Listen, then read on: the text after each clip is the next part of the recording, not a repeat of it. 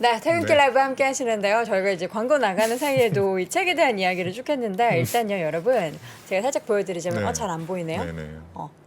글자의 크기가 네. 되게 커요. 그래서 일반 책보다는 좀 커요. 예. 그럴 수밖에 없는 게 제 주변에 음. 놓아놓으신 투자자분들이 좀 많으시거든요. 네. 증권사 리포트들 글씨가 너무 깨알 같아서 잘 안 보인다고. 그쵸. 그래서 이번에는 그것도 한번 맞춤형으로 한번 작업을 해봤어요. 정말 이런 배려. 예. 배려라기보다 너무 좋습니다. 그냥 한번 시도해보는 거죠. 저희도. 자, 여러분들이 이게 비매품이기 때문에 저희가 아마 퇴근길 라이브를 통해서 이벤트를 살짝 마련 중인 걸로 알고 있습니다. 네. 관련해서 내용이 전해지면 바로 여러분께 공지해서 책 선물 나눠드리도록 하겠고요. 오늘 댓글이 우리 센터장님의 칭찬이 너무 많네요. 여의도 아. 손치창 형님 목소리 네. 대박 잘생기셨다. 아주 오늘 생일이십니다. 감사합니다. 아유, 감사합니다. 뭐. 네, 이분도 여러분 많이 반겨주세요. 증시 셔터맨 IBK 투자증권 박근영 부장 함께합니다. 부장님 어서 오세요. 네, 네, 안녕하십니까? 반갑습니다. 네, 부장님도 반갑습니다. 하나 받으셨잖아요. 네. 받자마자 사인을 그렇게 달라. 아니, 선장님한테 사인 좀 해달라고. 아유, 제가 다 쓴 게 아니어서. 예, 덕담을 좀 부탁드렸는데 이제 네. 굉장히 겸손하시게 네. 이게 여러분이 같이 이제 모아서 쓰신 자료니까 네. 거기에 대한 가치를 생각해달라 그러시는데 그것도 감동이었습니다. 네. 네. 자, 빨리 시황 정리해달라고 네. 비매품 광고하는 거 아니면 소개해드리는 건데. 지금 시장이 가장 중요하죠. 예, 오늘 시장이 뭐 지난 주말 사이에 이제 미국 시장은 올랐지만 우리 시장은 오늘 좀 왔다 갔다 하다가 좀 빠졌죠? 네. 살짝. 미국의 10월 소비자 물가 발표 이후에 연준의 긴축 속도 조절 기대가 강화됐는데요. 중국의 제로 코로나 정책 일부 완화 소식 때문에 사실 지난 금요일도 급등각이 나왔고요. 뉴욕 증시도 이제 주말 사이에 강세가 보이면서 달러 급락 영향 때문에 장 초반 상승 출발은 했습니다. 근데 코스피가 뭐 강보합 정도 수준이었으니까 네. 아침 시초가가 그렇게 많이 오른 건 아닙니다. 예, 기관 외국인은 양시장 동시 매도 출발을 했고요. 외국인들이 이제 선물 매수가 일부 보였습니다만 10분 정도 지나면서 외국인이 코스피 200 중심으로 순매수 전환은 했습니다. 외국인은 코스피 순매수가 지속되면서 다만 전기전자 업종에 대한 매도세가 나오기 시작했고요. 투자주체별 순매수 대금 규모도 다소 감소하는 분위기였고 코스닥은 중장기 국채금리 상승 때문에 보합권 등락을 하는 이후에 코스피가 9시 50분경 한 2,500포인트 정도까지 다시 강세를 보이자 주수 부담감이 역시나 있었던 상황입니다. 외국인들이 선물 매도세를 전환하면서 상승 탄력이 둔화됐고요. 업종별로는 비공속 광물이나 철강, 금속, 기계 등 강세 보였고 제조업이나 서비스업, 전기전자 등은 하락세를 보였습니다. 역시 오늘은 뭐 자동차주도 올라왔고 일부 이제 IRA 관련된 개정 논의 관련된 이슈가 사실 논의가 된 거죠. 그리고 이제 뭐 인플레 관련된 감축 법안 관련해서도 이제 여러 가지 이슈가 있었지만 상원에서 일단 민주당이 선전을 하면서 신재생 쪽에 관련된 부분들이 다시 조금은 활기를 이루었습니다. 전체적으로 지금 네옴시티라든지 우크라이나 재건 사업 기대감에 뭐 건설이나 기계 등도 괜찮았고 중국 방역 완화 기대에 철강이나 화학 등 경기 민감 시크릿컬 업종들도 강세를 보였습니다. 외국인은 화학, 철강, 운송 장비, 금융 등을 매수했고 서비스, 전기전자, 의약품 등을 매도를 보였고요. 기관은 화학과 철강을 매수했고 전기전자, 금융 정도는 매도를 했습니다. 코스닥이 쓴 기관이 이제 전기전자 중에 특히 이제 에코프로, BM 등을 조금 많이 산 것 같아요. 전체적인 분위기는 그랬습니다. 오후 들면서 원달러 환율도 장중 달러 인덱스 움직임이 제한적이면서 위안화 강세라든지 외국인 국내 증시 순매수에 힘입어서 1,320원 정도 수준에서 왔다 갔다 좀 했습니다만 지금 뭐 최근에 지난주 말까지 급등했던 당시와는 조금 뚜렷하게 다른 수급이 좀 보였는데요. 예, 반도체나 2차 전지, 인터넷 쪽은 오늘 하락 반전했고요. 자동차나 2차 전지 소재 관련된 쪽이 좀 강한 반등세를 보였고 역시 이제 10월 달 이후에 코스피 반등을 주도했던 게 반도체라든지 2차 전지 셀 이쪽이었는데요. 이쪽이 약간 약세 전환했고 다만 이제 삼성 SDI는 장중에 뉴스가 나오면서 급등이 했었지만 강보합으로 끝났습니다. 지난 주말 급등세를 주도한 인터넷 업종 역시 반등세가 꺾였기 때문에 아마 코스피에 대한 반등이나 탄력이 조금은 제한적인 분위기로 흘러가는 모습이었고요. 그동안 상대적으로 부진했던 자동차 업종의 반등을 보았을 때 그리고 경기 민감했던 철강이나 화학 업종이 들어온 거 봐서는 아마 전체적인 순환매 장세로 조금 접어드는 것이 아니냐라는 생각을 좀 가질 수 있는 하루였습니다. 2시 30분을 지나면서 외국인 선물 매도세가 확대되면서 코스피 마이너스 전환으로 됐고요. 코스피 기준으로 봐서는 2,480에서 2,500 정도가 선행 PER 기준 11.7배니까 2021년 6월 이후에 최고치 고점 수준입니다. 그래서 200일 이동 평균선 정도도 위치해 있는 자리이기 때문에 단기적으로 기술적으로도 밸류에이션 부담이 좀 나올 수 있는 구간이라 볼 수 있는 상황이고요. 이 지수대를 넘어가려면은 어떤 추가적인 펀더멘탈이나 어떤 동력이 좀 필요할 것 같은데 그게 없다면 조금은 부담감이 좀 되는 지수단으로 여겨지는 부분입니다. 전반적인 시장 상황을 쭉 확인해 봤는데 오늘 이제 업종별 등락을 보면은 석유, 화학 쪽의 업종의 흐름이 가장 좀 두드러지게 나타났나요? 네, 그렇습니다. 지금 오늘 특히 이제 유안타 증권의 리포트가 좀 영향을 또 미친 것 같기도 하고요. 네. 또 중국 쪽에 여러 가지 정책적인 변화, 그러니까 지금 코로나 확진자가 16,000명 정도까지인가요? 꽤 많이 급등을 중국이요? 하고 있는데요. 그런데 지금 중앙정부라든지 지방정부의 스탠스가 완화 쪽으로 확실히 방향을 잡은 듯한 그렇죠. 이야기들이 주말 사이에도 계속 나왔습니다. 그래서 그걸 바꾸지는 않을 것 같고요. 그렇기 때문에 오늘 이제 유안타 증권의 석유와 관련된 그 분석 자료가 또 힘을 받았습니다. 그 내년에 1,100만 톤에 이르던 에틸렌 신규 설비가 내년부터는 400에서 500만 톤 수준으로 하락할 가능성이 높다고 분석을 했고 수요에 있어서도 현재 700만 톤 수준에서 중국 락다운 완화나 우크라이나 복원을 가정하면 900만 톤으로 증가할 수 있다 이렇게 전망치를 냈습니다. 표를 하나 가져왔는데요. 2023년 기준으로 정유, 화학, 태양전지 사이클의 위치를 이제 분석한 자료인데 왼쪽을 보시면은 스페셜티 화학 그러니까 이제 뭐 태양광이라든지 2차 전지 재생 관련된 여러 가지 소재 이쪽을 하는 스페셜티 화학은 2023년도가 이제 그 사이클의 바닥 쪽으로 좀 오히려 좀 다운 사이클로 분석을 했고요. NCC 화학은 이제 좀 불황에서 호황으로 접어드는 그런 초입 단계로 봤고, 그 다음에 정유라든지 태양광 이쪽은 호황이 어느 정도 조금 마무리되는 쪽으로 내년 그림을 본 것 같습니다. 그래서 약간 이 부분들의 사이클에 대한 위치는 이제 유안타 증권의 분석 자료에 의한 겁니다. 근데 오른쪽으로 보시면 순수 NCC 업체, 그러니까 대한유화나 롯데케미칼 쪽을 본다면 2023년 턴어라운드를 좀 강하게 갈 수 있는 부분으로 좀 분석을 했습니다. 그래서 지금 당연히 그 작년 하반기부터 각국 정부의 재난지원금 지원도 마무리됐고 수요가 크게 둔화됐기 때문에 그 2022년 8월 정도의 기준을 봤을 때 석유화학 대표 제품의 에틸렌 스프레드, 그러니까 이제 에틸렌과 나프타의 차이를 스프레드를 이야기를 하면 톤당 180달러로 떨어졌는데요. 이게 20년 아래의 가장 그 최악의 스프레드로 이야기된다고 합니다. 다만 이제 내년 수요 회복이 빨라질 것으로 전망하면서 연간 수요량이 1억 8,900만 톤 수준에 도달할수록 유안타가 이제 봤는데요. 이 변수는 세 가지 정도로 봤습니다. 첫 번째 변수는 내년에 정상적인 에틸렌 수요 증가 규모가 600에서 700만 톤 정도 수준인데 이게 뭐냐면은 전년 석유 수요 1.8억 톤에다가 글로벌 GDP 성장률 2.6에서 2.9% 정도를 감안하고 석유 수요 탄력도를 1.2에서 1.3배 정도로 이제 계산식을 넣었더라고요. 그렇게 본다면 이게 한 전체적으로 에틸렌 수요 증가분이 내년에 한 600에서 700만 톤 정도로 올라온다 이렇게 이야기를 했습니다. 그 표를 하나 가져왔는데요. 뭐 글로벌 에틸렌 연평균 수요량 변화를 이렇게 이제 도식화했고 2019년 수요량이 1.6억 톤인데 그것보다 2022년, 23년 계속적으로 증가하는 모습이 역시나 보인다는 분석을 냈고요. 오른쪽으로 보시면 글로벌 에틸렌 수요 중분이 이제 제가 말씀드렸던 산식입니다. 석유 수요 1.8억 톤 증가분에 글로벌 GDP 성장률을 곱하고 여기에 석유 수요 탄력도를 이제 계산해서 그렇게 나온다 이렇게 분석을 했습니다. 그러니까 뭐 어느 정도 어쨌든 올라오는 모습이 확연하게 보인다고 이제 분석을 했고요.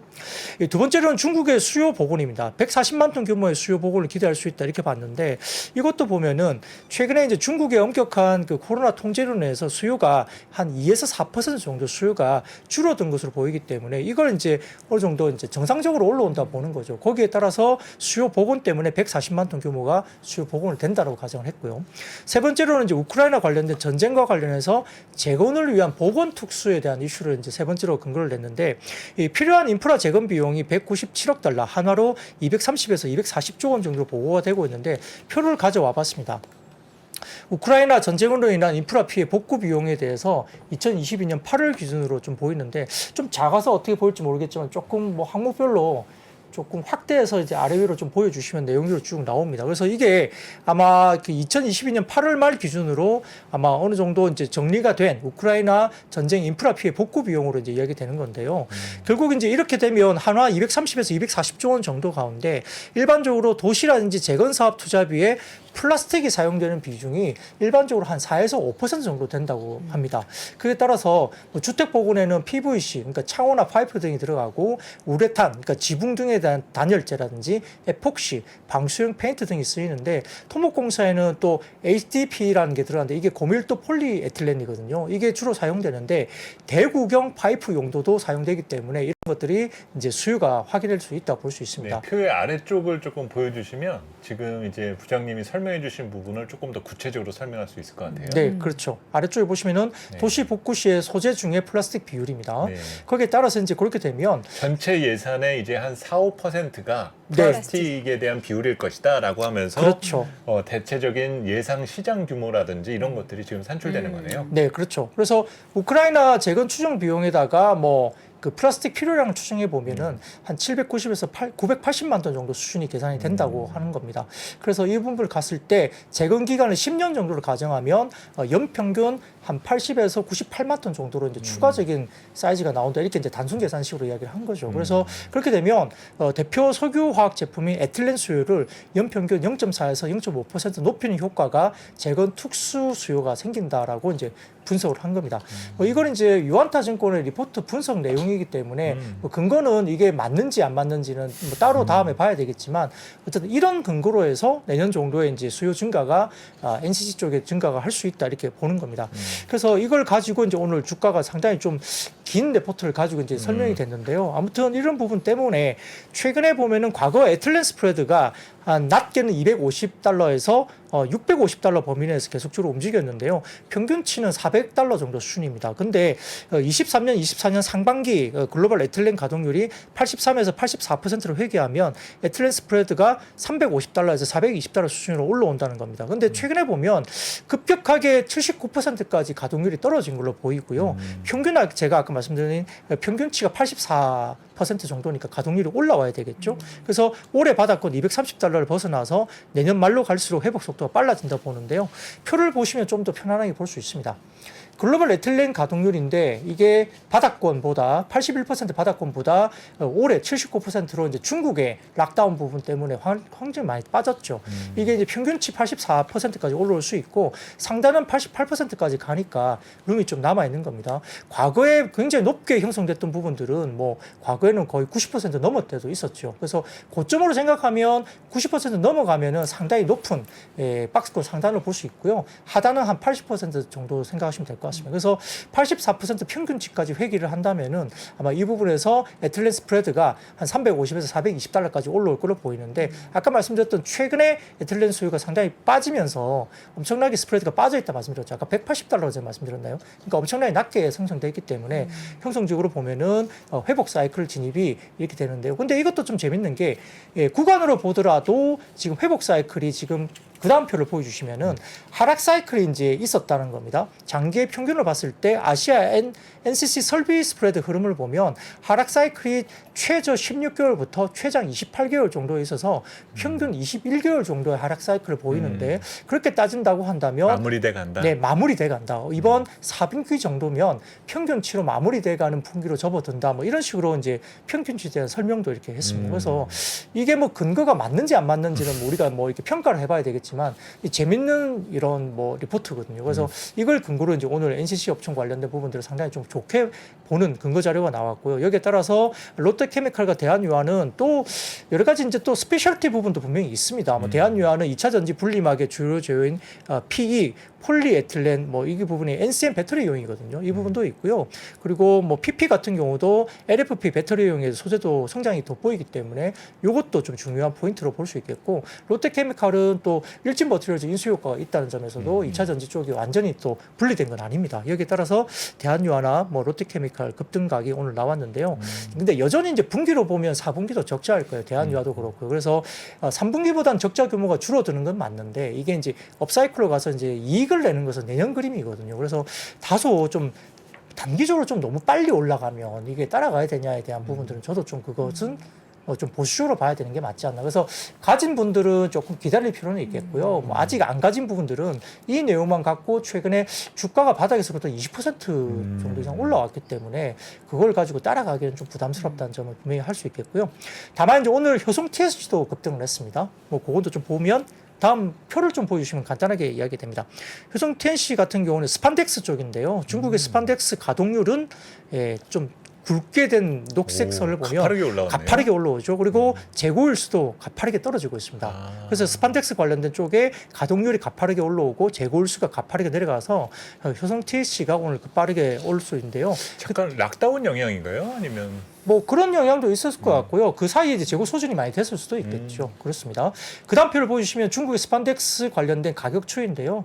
보시면 이제 돌아 들어가는 게 보이거든요. 좀 최근에 계속적으로 가격이 좀 조정받다가 이제 회복세로 들어 보이는 경우가 있기 때문에 가동률도 올라가고 재고일수도 급격하게 빠지고 가격이 올라가니까 이 부분 관련해서 효성 TNC 쪽이 오늘 뭐 급등각을 보였던 이유도 있습니다.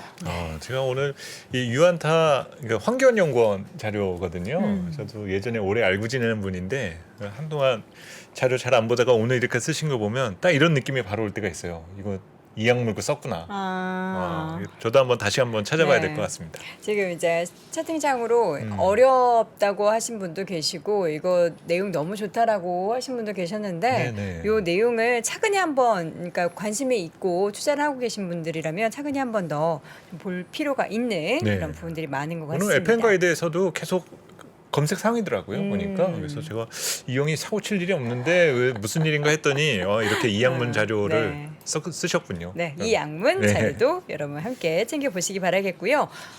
주말 사이에 내내 이 이슈가 뜨거웠죠. 가상화폐 그렇죠. 네. 우리 시장에서도 관련된 종목이라고 거론되는 네. 종목도 주가 많이 하락했어요. 네, 사실은 뭐 FTX 관련된 부분들이 파산법 11조 원에 따른 파산 보호 신청, 뭐 이게 뭐 하루 이틀 사이의 문제는 아니고 그쵸. 지난주에 여러 가지 일들이 많았죠. 지금 파산 일지 관련된 차트를 가져왔는데요. 이게 연합뉴스 쪽에서 좀 있어서 제가 뭐 눈에 띄게 한마디로 요약이 돼 있더라고요. 그래서 날짜별로 이렇게 비트코인 관련된 가격 추이나 그다음에 FTX 관련된 파산 일지가 이렇게 한눈에 보이게 정리가 돼 있습니다. 그래서 가상화폐 거래소인 3위가 FTX였기 때문에 파산 절차에 따른 영향이 이제 이게 뭐 실물 시장에 이제 또 영향을 미칠 수 있지 않을까 하는 우려가 상당히 많습니다. 그래서 이 관련된 부분에서 상당히 우려가 많은 상황인데요. 그 다음 표를 보여주시면 자 테더 관련된 뭐 이슈입니다. 이게 뭐 가격이 이렇게 막 뭐 또 변동성이 굉장히 커지고 있잖아요. 테더. 이 부분도 문제가 있는 거죠. 그래서 이 부분 때문에 그 다음에 보여주시면 이제 테더 관련된 그 리버스 이게 뭐냐면은 그 내부적으로 이제 테더 관련된 쪽에 어떻게 이제 지금 이제 재무나 이런 부분들이 이제 돼 있는지 이런 거에 대해서 이제 좀 평가된 어떤 자료를 이제 가져왔는데 이게 신영증권에서 이제 이런 부분들을 간단하게 코멘트를 또 한 개 있어서 가져와 봤는데요. 신영증권에 따르면은 FTX가 이제 파산 보호 신청을 신청한 이후에 6억 달러 그러니까 우리나라 돈 1조 원 가까이 되는 금액을 그 불법 인출, 그러니까 해킹됐다는 이야기가 있었습니다. 그래서 이게 내부자 소행일 가능성이 높지 않냐라고 시장은 좀 의심하고 있는 걸로 보입니다. 여기에 따라서 이제 다른 암호화폐 가격이 연쇄적으로 하락하면은 이 디파이 플랫폼 청산으로 연결될 가능성이 높지 않을까라고 지금 우려를 하는 건데요. 여기에 따라서 뭐 USDC라든지 USDT 등 스테이블 다른 코인까지 불안이 확산되느냐가 이제 시장의 키 포인트일 것 같다라고 시흥증권에서 코멘트를 했습니다. 스테이블 코인 같은 경우는 상당수가 이제 준비금을 우리가 이제 아까 보여드린 표에서 준비금이 이제 브레이크다운 돼 있는데 거기 보면은 준비금을 이제 미국채, T빌, 그다음에 CP 등으로 채우고 있기 때문에 여러 가지 이제 영향력이 분명히 시장에 실물에도 있을 수 있는 거거든요.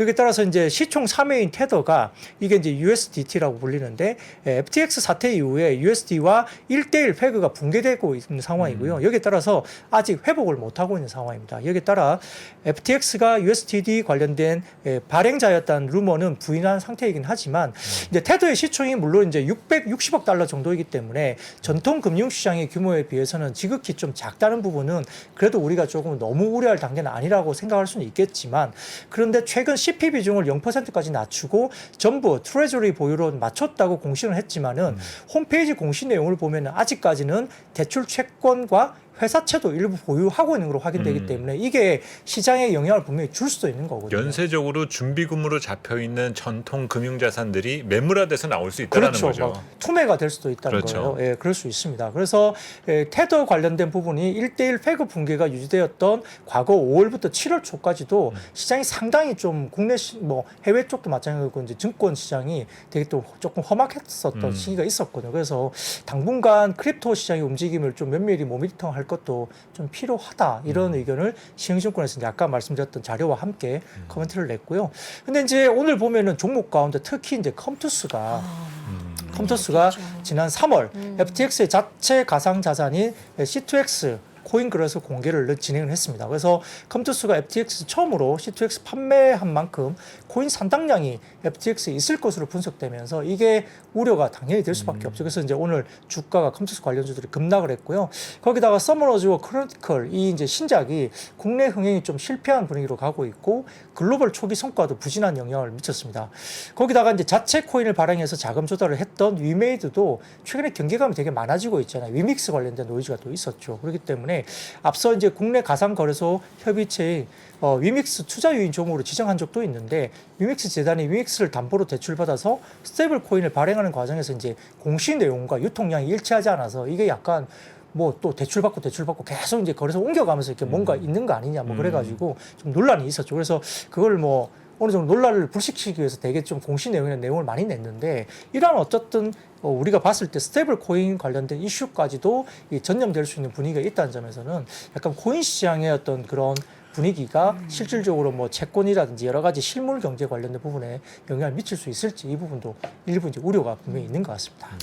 이 FTX 거래소가 워낙에 큰 데다 보니까 미국에서는 뭐 유명한 뭐 연예인들, 뭐 운동선수들, 정치인들 이런 분들도 여기에 투자금을 예치해 둔 거를 전혀 못 찾고 있다. 뭐 이런 게 기사화 되더라고요. 근데 우리 대한민국 투자자분들도 여기 실질적으로 직접 투자하시는, 직접 거래하시는 분들이 꽤 계시다고. 없진 않겠죠. 네. 네. 못 찾는 거죠. 그러니까 지금 파산 신청을 했으니까. 그렇죠. 그러니까 이제 뭐 예를 들어 뭐 코인 시장을 전체적으로 저는 얼마인지 정확하게 모르겠지만은 네. 코인에서 자산이 붕괴되면은 이제 그게 뭐 실물 주식도 팔아야 되겠죠. 뭔가를 뭐 메꿔야 된다든지. 근데 여기는 어쨌든 여기 뭐 상장된 게 다른 곳에도 상장돼 있는 게 있잖아요. 그럼 지갑을 옮기거나 이럴 수 있는데 그게 불가능한 건가요?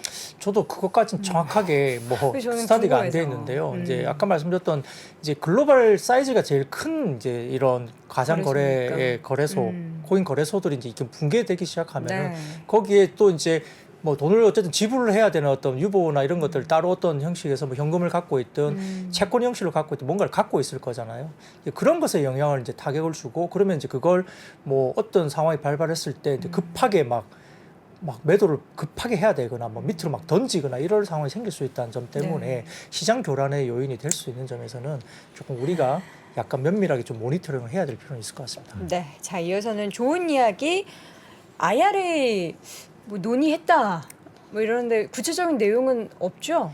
네, 뭐 지금 이제 그 바이든 대통령과 윤석열 대통령 이제 정상회담을 계기로 이제 이야기됐는데요. 뭐 중요한 건 이거 하나입니다. 지금 한국산 전기차에 대한 차별 조항을 담은 미국 그 IRA 이행 법안을 마련한 과정에서 한국 기업들의 미국과 관련된 경제 기여를 고려하겠다 이렇게 이야기를 했으니까 약간 이렇게 뭐랄까 유예 기간이라든지 이런 것들을 좀 주는 거 아니냐라는 기대를 가지고 있는 거죠. 근데 실질적으로 북미산 전기차에 대해서만 최대 7,500달러니까 한 화로 한 1,000만 원 정도의 보조금이 나오는 법안인데 현재 뭐 한국 관련된 국내 자동차 기업에서는 당분간 타격이 불가피하다 이렇게 평가가 됐던 사례이기 때문에 이게 좀 유예가 된다거나 이렇게 된다면 어느 정도 이제 우리가 숨통을 튈 수 있는 부분이 분명히 있겠죠. 그래서 이제 현대 기아 완성차가 오늘 조금 올라오기도 했고요. 그런데 이제 이게 사실 뭐 현대 기아가 공장이 있는 지역 뭐 조지아 중간 뭐 거기 말고 한 군데 또 엘리바바인가 거기도 마찬가지로 이제 상원 하원 각 이제 의원들도 이렇게 법안 발의를 하면서 유예를 하자 이렇게 이야기를 하고 있어서 아마 일부 이제 또 미국 같은 경우는 로비가 이제 정상적으로 할 수 있는 국가이기 때문에 그런 쪽에 어떤 로비도 진행이 되고 있는 상황이어서 아마 바이든 대통령이 이제 일단 중간 선거가 상원에서 어느 정도 민주당이 자리를 잡았기 때문에 이런 부분을 좀 유예시키는 어떤 결과 이런 것들이 좀 사실은 좀 됐으면 하는 저도 바람이 있습니다. 근데 이제 그것도 그거지만은 지금 최근에 자동차 10월 이 관련된 지표를 좀 가져와 봤는데요. 좀 띄워주시면 이 10월 달, 그러니까 자동차가 매년 10월 달 수출 금액을 보면은 동월 수출 금액을 보면 상당히 많이 올라와 있죠. 그렇네요. 예. 그러니까 매달, 그러니까 매년 10월 달로 보면은 수출 금액이 상당히 많이 올라와 있습니다. 물론 이게 환율 효과일 수도 있고요. 뭐 수량이 어떻게 가는지도 있겠지만은 아무튼 역대 동월 수출 금액을 보면 자동차 10월 수출이 상당히 견조합니다. 그리고 그 다음 표를 보시면은 연도별 수출 금액 보시면은 쭉 연도별로 이제 수출에 대한 부분들이 있거든요. 그것도 보시면은 최근에 2021년 이후로 상당히 우상향 그림이 이제 끝쪽에 보이고 있죠. 그러니까 연도별 수출 금액을 보더라도 상당히 좀 견조합니다. 그래서 이 두 개의 차트는 이제 세종기업 데이터라는 쪽에서 제가 발췌를 해왔는데 10월 자동차 수출은 거의 10년 전 수준까지 회복을 한 상태고요. 물론 환율 효과 분명히 있습니다만, 그리고 고금리 기조에 따라서 계약 취소 물량이 최근에 나와서 완성차가 되게 우려가 많았잖아요. 뭐 금리가 높으니까 뭐 자동차 캐피탈 같은 경우가 이제 너무 이제 비용 부담 때문에 계약자들이 빠져나가지 않겠나 우려가 있겠지만은 사실은 10월달 수출로 보면은 괜찮다는 거죠. 그래서 밀려있는 주문이 워낙 많기 때문에 아직까지는 실제 판매 둔화 영향까지는 미치지 않는 것으로 판단될 수 있는 지표입니다. 그래서 추후에 결국은 재고나 인센티브 추이가 좀 더 우리가 체크를 해봐야 될 필요는 있겠지만 당장 조금 이런 우려 때문에 당장 꺾이는 수요는 아닌 것 같다는 게 이제 이렇게 이야기된 것 같고요. 더군다나 이제 오늘 그 자동차 섹터 가운데 한원 시스템의 주가 상승이 좀 두드러지게 많이 올라왔습니다. 네. 여기에 따라서 이제 다올투자증권에서 리포트가 이제 잠깐 나왔는데요. 밸류에이션 메리트가 상당히 높다. 그래서 기존의 PE 밴드 구간이 평균 25배 정도에서 거래가 됐는데 최근에 내년 실적 기준은 13배 정도까지 주가 빠져 있으니까 메리트가 높았고 4분기 실적에 3분기 대비 개선폭이 상당히 크게 나올 것이다. 이렇게 이야기됐고요. 그다음에 포드 등의 미국 OEM에 대한 연말 연초 신규 수주 기대감이 한운 시스템에 상당히 높게 이야기되고 있다라고 하면서 폭스바겐이나 BMW 그다음에 다임러로의 EV 매출 증가가 본격화될 가능성이 한운 시스템 상당히 높다라고 다올투자증권에서 장중 코멘트를 내면서 급등을 보였습니다. 자, 이번에는 화장품주 지난주 금요일에도 올랐고 이번 주 그러니까 월요일에도 강했던 섹터 중에 하나인데요. 네. 뭐 좋은 소식이 좀 있는 것 같아요. 네, 아까 말씀드린 중국이 이제 일단 그 관련된 코로나 완화 규제 때문에 뭐 격리 기간도 좀 축소되는 게 확실히 보입니다만 그것보다도 뭐냐면 이번에 티몰 관련된 뭐 광군제 11월 초 그게 문제입니다.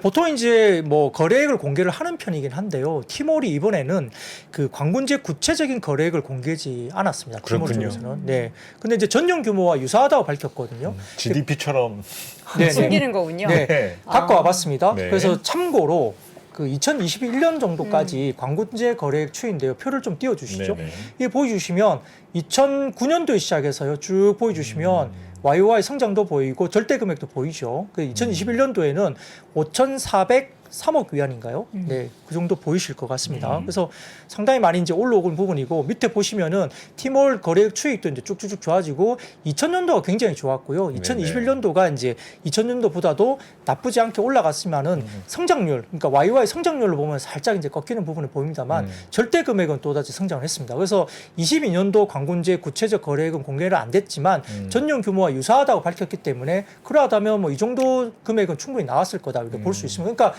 수요가 꺾이지는 않은 거예요. 절대 금액도 상당히 괜찮다 볼 수 있습니다. 근데 그 다음 표를 보여주시면 이게 중국어라서 잘 이렇게 저도 해석이 잘 안 됩니다만 이게 이제 중신증권에서 나온 광군절 화장품 판매 현황에 대한 자료라고 이렇게 보이는데요. 브랜드별인가요? 네, 그렇습니다. 그래서 이게 중국말이라서 이제 저도 이제 다 이제 해석이 안 되는데 이 내용을 좀 풀이해 보면 이렇습니다. 그 광군절 판매액이 발표되지는 않았지만은 로컬 증권사 중신증권이 집계한 매출액이라고 해서 이 근거 자료가 나와 있는데 로컬 브랜드 중에서 프로야라는 브랜드가 상당히 요즘 약진을 많이 하고 있어요. 네. 그거하고 화시바이오라는 회사가 있습니다. 그래서 로컬 브랜드 중에 프로야는 전년비 72% 그리고 화시바이오는 55% 증가했으면서 상당히 좋게 나왔고요. 상해자화는 마이너스 83%로 전년 대비 부진했는데 이건 이유는 잘 모르겠습니다. 그 브랜드가 상당히 지금은 많이 꺾였다고 이야기되고 있고요. 글로벌 브랜드에서 티몰과 틱톡 합친 합계 매출 기준으로 탑3는 역시 에스티로드와 그다음에 이제 랑콤 그다음에 SK2 이 세 개 브랜드가 탑3에 이제 되는 거고요. 프레시가 티몰 총 매출액이 169% 대폭 증가하면서 티몰 쪽에서 프레시가 약진을 많이 했죠.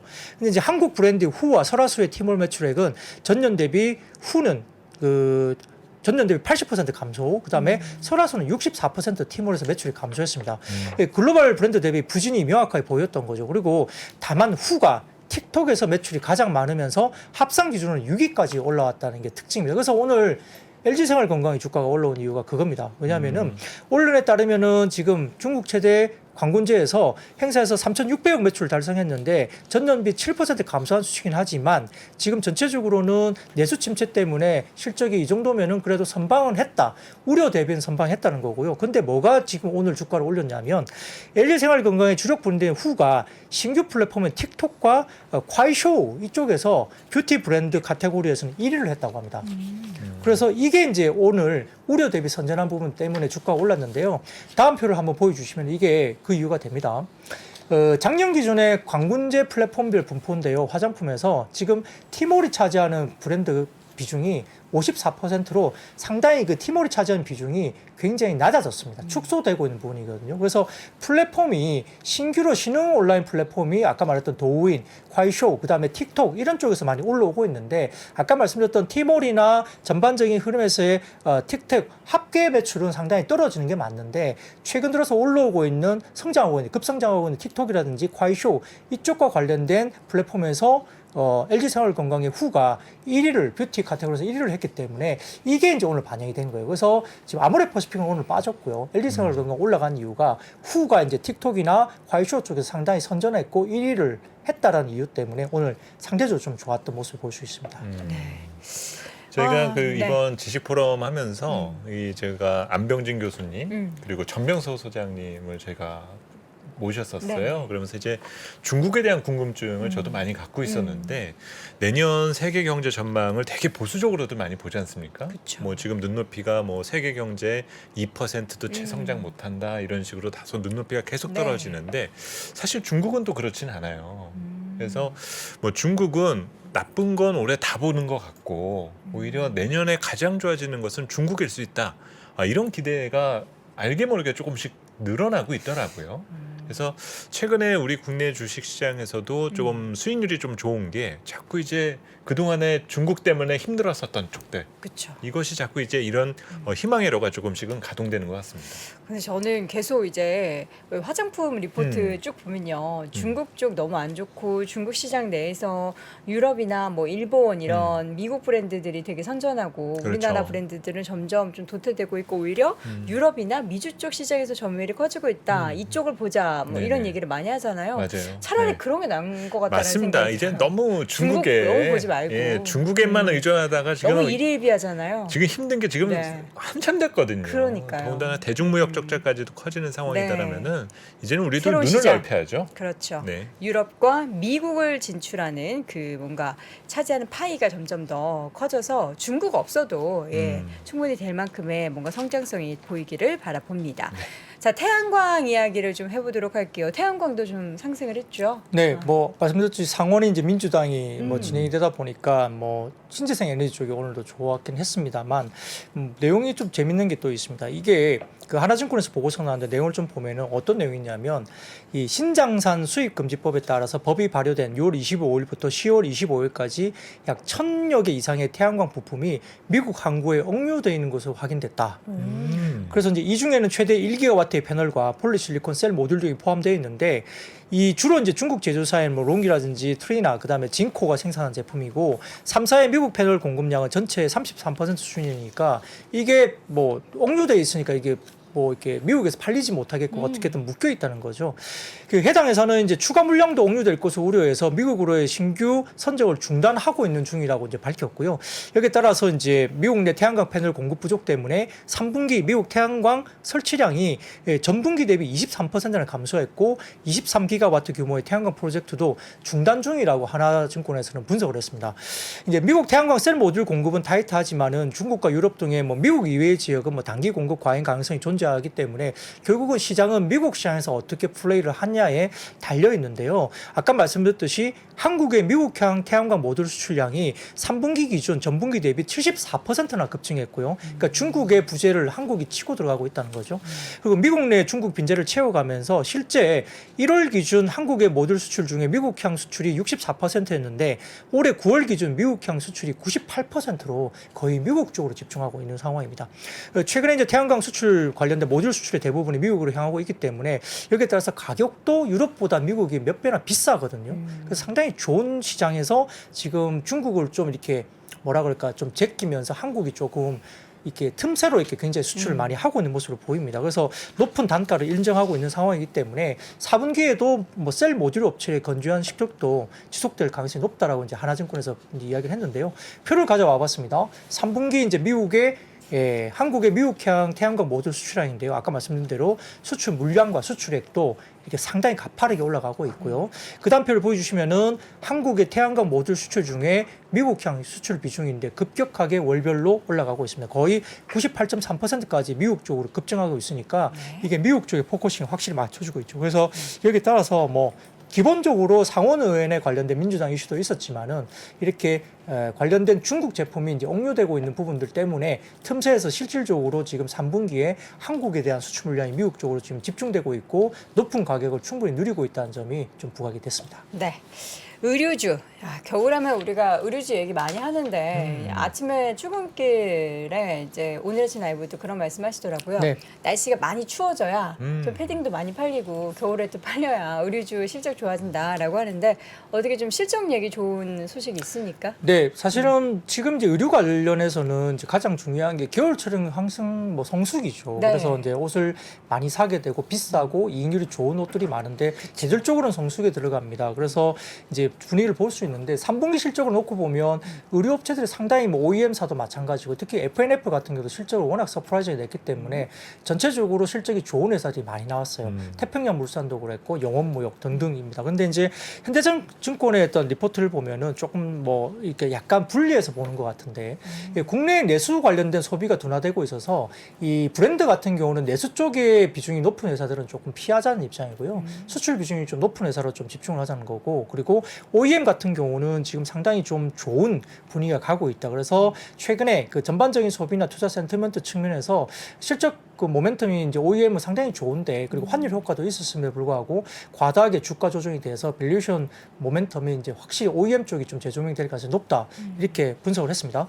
표를 가져와 봤는데요. 지금 그 현대차증권의 표인데 여기 보시면 FNF 관련된 부분 보이고 휠라홀딩스 그다음에 한섬, SA그룹, 영웅무역, 한세시로 보이는데 이 연도별로 보면은 이제 각 볼로 보면 이렇게 각 회사마다 이렇게 보면 파란색으로 보이는 게 이제 올해거든요. OP. 엄청나네요. 네, FNF 같은 경우는 지금 작년도 굉장히 좋았는데 올해는 더 엄청나게 올라오고 있고요. 네네. 휠라홀딩스도 굉장히 견조하죠. 그리고 영웅무역 오른쪽 보시면은 이게 올해 같은 경우 엄청나게 올라옵니다. 뭐가 저렇게 끌어올렸을까요? 그 환율 효과가 확실히 좀 있어 보여요. 예, 그 보통 보면은 판매들은 이제 수출할 경우에는 달러로 결제가 되겠죠. 근데 이제 인건비라든지 이런 그 원자재 같은 경우는 그 현지 화폐로 이제 계산이 되니까 그리고 또 레깅도 하잖아요. 네. 몇 달 정도. 그러니까 이런 것들이 이제 스프레드가 벌어지면서 최근에 강달러 수준에서 이렇게 상당히 좋은 효과를 보인 거죠. 그래서 목표만 보면 사실 뭐 코로나 전보다 확실한 성장을 한 그런 모습을 보이는 것 같아요. 네, 맞습니다. 그래서 우리가 이제 브랜드 자체만 놓고 보면 한섬이나 이런 브랜드 쪽은 조금 이제 내수 부진이나 이런 것들 영향을 받기 때문에 드라마틱하지 않는데요. FNF라든지 그다음에 영혼무역, 뭐 한세섭 이런 쪽은 상당히 드라마틱한 부분들이 여전히 실적으로 보여주고 있는 모습입니다. 근데 밸류에이션도 쌓여 있으니까 이런 부분에서 좀 두각을 나타낼 수 있는데 어쨌든 2020년 대비 올해 OP는 전체적으로 평균적으로 146%가 증가했는데 그 중에서는 FNF 같은 수출 쪽에 방점이 있는 회사라든지 그다음에 영혼무역이나 이런 한세실업 같은 OEM 쪽에 좀 방점이 있다 볼 수 있습니다. 근데 다음 표를 보여주시면 이 현대차증권에 보여준 부분들이 자 월마트 쪽이 재고 자산이죠. 올라가서 잘 안 꺾여요 아직까지. 그렇네요. 예, 그래서 아직까지 이 적극적인 공격적인 재고 관련된 부분들을 좀 떨이를 하고 있지만 이 재고 자산이 좀 꺾여야 되지 않을까 싶고요. 그 다음 표를 보여주시면 타겟 쪽도 재고 자산 비율 보여주시면 아직도 조금 높은 쪽에서 살짝 꺾이긴 했습니다만 이게 조금 더 꺾여야 재고가 좀 소진되는 게 확인될 수 있잖아요. 이런 것들 좀 확인돼야 되지 않을까. 그래서 실적만 놓고 보면 밸류에이션 매력도가 있어 보이는데 이게 추세적으로 재고 자산이 올 연말에 정말 이제 공격적인 재고를 떨이를 할 수 있는 부분들이 올해 연말에 수요가 그걸 또 가져가느냐의 문제가 내년 1분기 정도는 좀 확인을 체크를 좀 해봐야 되지 않느냐. 그래서 저도 좀 이번 주말에 좀 이렇게 옷을 하나 사려고 네. 해외 쪽 직구 대행 사이트에서 뭐 집사람이 이렇게 네네네. 봤는데 가격이 굉장히 싸더라고요. 그래요? 예, 공격적인 공유해주세요. 재고를 이제 하다 보니까 저는 네. 그 페이스북 같은데 광고를 뜨죠, 자꾸 뜨죠. 뜨잖아요. 네. 뭐 90% 네, 네. 땡처리 어쩌고 네. 해서 들어가 보면 생각보다 싼가? 이게 싼 건가 하는 네. 근데 이제 부분이 저는 있어요. 이제 집사람이 이렇게 무슨 옷을 하나 이렇게 사주려고 보여주는데 그게 뭐 영국 제품인데 네. 뭐 실제 최근에 그냥 거래되던 가격보다 절반 정도 가격에 나와 있더라고요. 그래서 뭐 뒤도 안 돌아보고 그냥 사라 막 그러면서 이거는 사야 된다고 그러더라고요. 그래서 그런 게 어머, 저는 그 이건 브랜드를 잘 사야지. 모르는데 그 영국 브랜드 되게 뭐 좋다고 바버? 하더라고요. 바버. 아, 아시네요. 바버. 네. 예. 바버 유명하죠. 바로 영국 브랜드 하는데 네. 아실 수 있는 건가요? 네, 바버. 네. 그게 유명하죠. 지진이의 바버. 바버된 듯한 느낌. 그래서 그게 네. 되게 뭐 유명한 브랜드 저는 모르는 아, 브랜드인데 그렇군요. 약간 네. 이제 네. 겨울, 가을 이럴 때 이제 안에 껴입고서 남성분들이 네네. 정장 위에 외투 입기에 딱 느낌 있는 그런 네. 옷이죠. 근데 외투인데 그게 제가 가격 물어보니까 10만 원대 네, 뭐 이렇게 되게 되더라고요. 저렴한 네. 거예요. 그래서 가격이 되게 이 가격은 못 본다고 가격이 바버. 그냥 무조건 사라고 그러더라고요. 그래서 저는 그냥 알았다고 그냥 사주면 입는다. 저는 항상 그런 식이니까. 사주면 입는다. 예. 그런데 여튼 뭐 가격이 싸다고 하더라고요. 그러니까 네. 이제 그게 이제 적극적인 공격적인 재고떨이가 나서고 있기 때문에 4분기 내에 그런 것들이 좀 아까 드라마틱한 부분들이 아직은 안 보인다 말씀드렸는데 살짝 꺾이기 시작했는데 재고 수준이 적당하게 내려오면은 상당히 내년에는 조금 볼만한 또 섹터가 될 수 있지 않을까 네. 그런 생각도 해봤습니다. 사이트 공유 좀 끝나고 해주세요.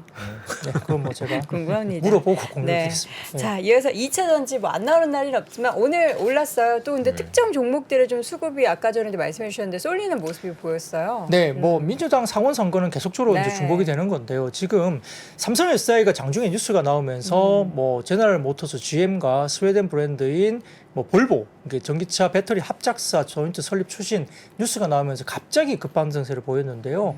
예, 두 업체가 추진하는 조인트 벤처 총 투자 규모가 80억 달러, 그러니까 10조 6천억이기 때문에 그 가운데 삼성 SDI가 절반인 40억 달러를 맡게 될 것으로 전망되고 있습니다. 여기에 따라서 이제 뭐 실질적으로 움직인 건 어디냐면 삼성 SDI도 움직였고 그다음에 양극재 관련된 종목으로서는 에코프로 BM도 좋았지만 실제 제가 보기에는 방점이 어디냐면 4680 원통형 배터리입니다.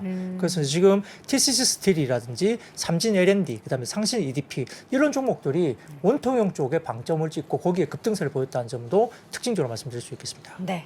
자, 이번에는 건설 기계 쪽 얘기 뭐 좋은 소식이 있는 건가요? 네, 실제 이제 언론에 따르면은 사실 원자재가 급등 때문에 네. 전체적으로 지금 3분기 호실적을 기록하는 등 건설 기계주가 상당히 조금은 실적도 괜찮게 나왔습니다만 그래서 이제 목표 주가 상향 조정이 계속 되고 있거든요. 근데 이 데이터를 좀 보면 좀 더 이해가 됩니다. 실제 지금 뭐 우크라이나 대통령의 뭐 참석 뭐 G20 정상회의 참석 때문에 지금 약간 실적도 좋고 그다음에 재건 이슈가 또 붙어 있잖아요. 그러다 보니까 건설기계에 관심이 많아지는데요. 올해 9월에 한국산 굴삭기 상위 수출국을 보면 벨기에가 59.300만 달러로 이제 1위고 미국이 55.100만 달러로 이제 2위를 기록했습니다. 상위권이었던 중국은 이제 락다운 때문에 이제 굉장히 9월에 79만 달러로 수출 규모가 엄청나게 급감했습니다. 그래서 이야기 되는데요. 올해 1월부터 9월 누적으로 10위권 이하로 이제 뭐 중국은 많이 빠졌다 볼 수 있습니다. 그래서 3분기에 상위 10개국 합산 수출 금액으로 보면은 전년 기준 대비 23% 급증했습니다. 표를 보여주시면 이게 보이고요. 통상 2분기가 계절적인 성수기였는데 올해 3분기에는 상위 10개국의 수출 증가분이 전분기 대비 2.5% 개선되는 모습까지 보이고 있어서 성수기를 지나고 나서도 계속적으로 건설기계가 상당히 수출이 개선세가 보인다는 거고요. 건설기계 직수출 국가들로부터 인프라 투자나 자원개발 투자가 요즘에 굉장히 확대되고 있기 때문에 굴삭기 수요가 계속적으로 개선되는 게 눈에 보입니다. 3분기에 한국산 굴삭기 전체 수출액은 7억 6천만 달러, 전년 비교해서는 8.7% 증가했고요. 올해 9월만으로 봤을 때는 2억 6천만 달러로 전년 기준에 17%를 급증했으니까 굉장히 많이 이제 호조세가 계속적으로 이어지고 있는 게 눈에 실제 숫자가 보이고 있는 상황이고 과거 5년간 월별 굴삭기 수출처를 보면은 2월에서 4월이 가장 높은 이제 시즌인데 상반기 수출액이 하반기 수출액을 넘어서는 계절성을 최근에 보였습니다. 그래서 2022년 올해 같은 경우는 중국을 제외한 지역에서 수요 증대가 다 이루어지고 있고요. 그다음에 하반기 들어서는 해운 물류 쪽도 안정화가 나타나고 있기 때문에 인프라 투자 확대 정책 아래에서 굴삭기 관련된 수요 개선이 지속적으로 되고 있다. 그래서 내년 상반기 정도까지는 아마 건설기계 쪽의 수요가 상당히 좋지 않겠나 이렇게 보여지는데요.